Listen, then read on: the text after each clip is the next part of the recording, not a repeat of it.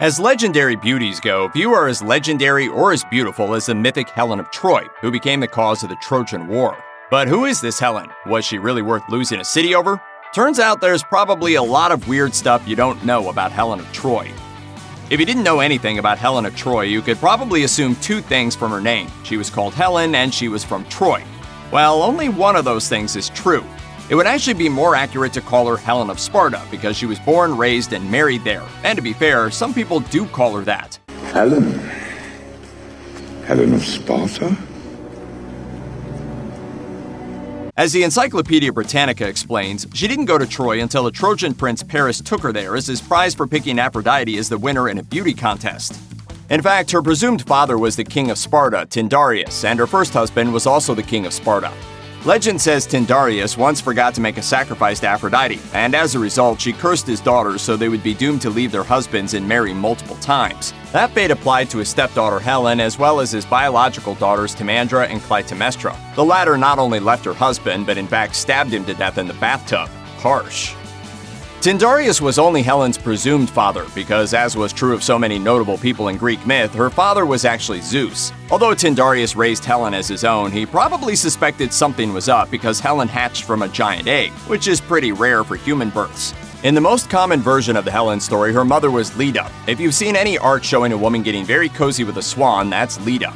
According to Encyclopedia Britannica, Leda was a princess of Aetolia who married Tyndareus. One day, a swan flew into her arms to escape a pursuing eagle. This swan turned out to be Zeus in disguise, and he used all his avian charms to seduce Leda, and before she knew it, she was laying two enormous eggs full of babies. Excellent!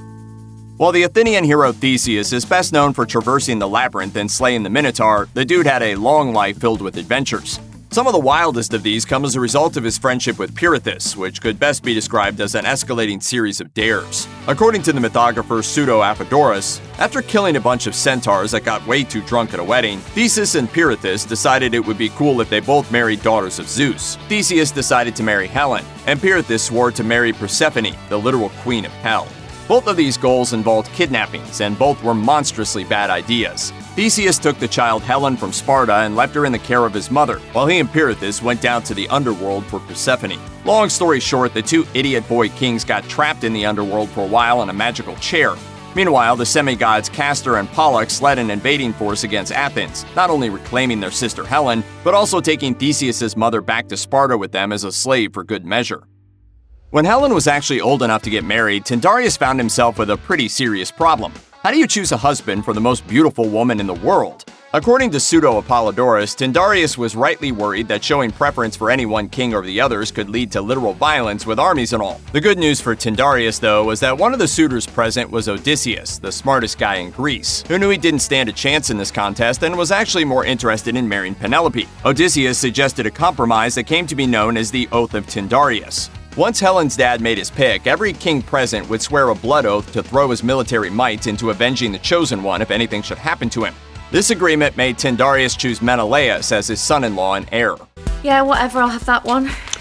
Menelaus of Sparta is chosen. Sweet as a nut, mate! It was this oath that led to 1,000 ships being launched to get Helen back once Paris made off with her. So if Helen of Troy wasn't from Troy, she definitely at least went there, right?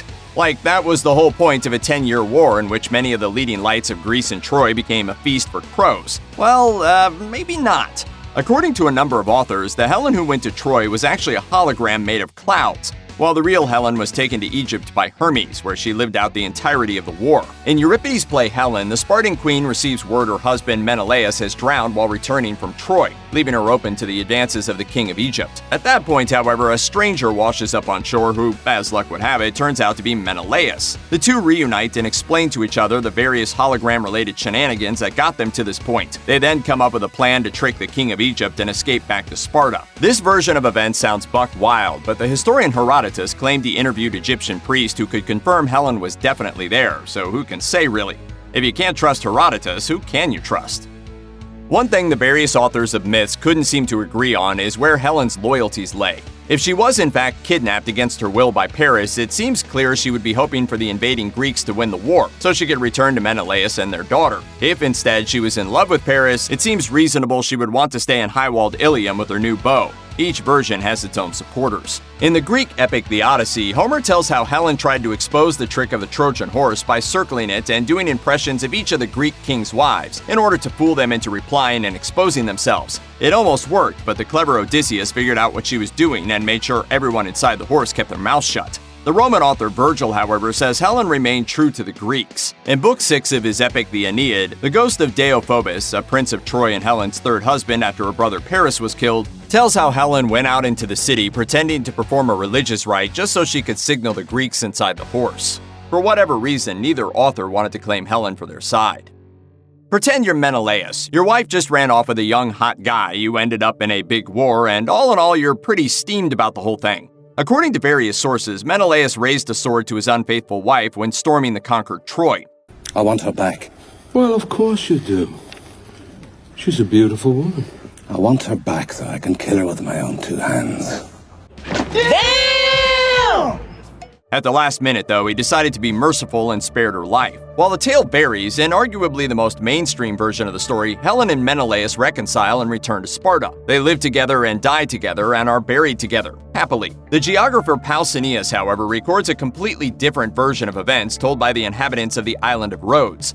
According to him, Helen was driven out of Sparta by Menelaus' sons and made her way to the home of a friend on Rhodes. What Helen didn't know is that this friend blamed her for the death of her husband, who died on the first day of the Trojan War. The Rhodian queen waited until Helen was bathing and then sent out a bunch of her handmaidens dressed up as the Greek revenge demons, the Furies. These maids, apparently wearing fake bat wings, dog masks, and snake wigs, grabbed Helen from the water and strung her up from a tree.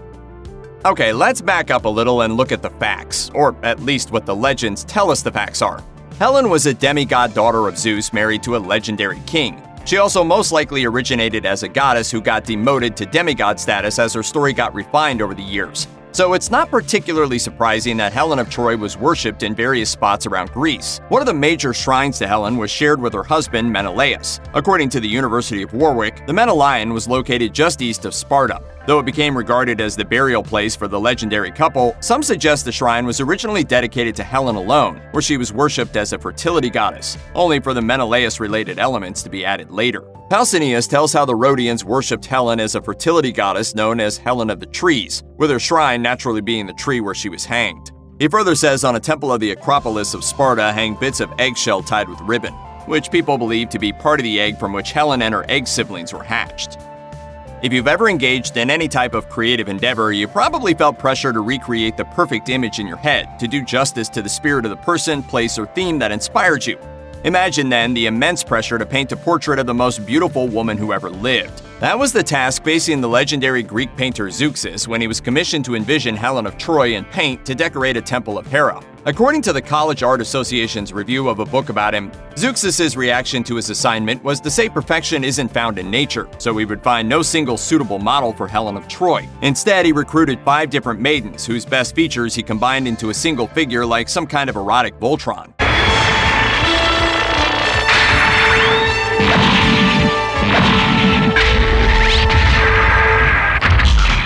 The scene of Zeuxis picking his models became a popular artistic motif itself in modern times.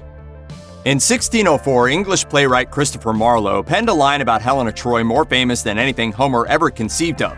Dr. Faustus sees a demon assuming the form of the legendary beauty and says, quote, "Was this the face that launched 1,000 ships?" The line has its basis in Lucian of Samosata's satirical Dialogues of the Dead, but it's one of those things that's so entrenched in culture few people know its origin apart from it being a thing you say about Helen of Troy. Is this the face that launched 1,000 ships and burnt the topless towers of Ilium? The line also became the basis of one of the most famous jokes drawn from that commonweal of comedy, the metric system. You're a smart motherfucker, that's right. The metric system. As the back of the Cereal Box blog recounts, the idea of a metric unit of beauty based on Helen of Troy is often attributed to Isaac Asimov, apparently in one of his more whimsical moods, though mathematician W.A.H. Rushton sometimes gets the credit. The idea is if a Helen is the amount of beauty necessary to launch 1,000 ships, then this is a unit that could be broken down in a decimal fashion. Thus, a millihelen would be the amount of beauty necessary to launch one ship. Now you have an empirical way to tell your girlfriend she's as pretty as a whole half a Helen. Okay, on second thought, maybe don't do that. Check out one of our newest videos right here. Plus, even more grunge videos about your favorite myths are coming soon. Subscribe to our YouTube channel and hit the bell so you don't miss a single one.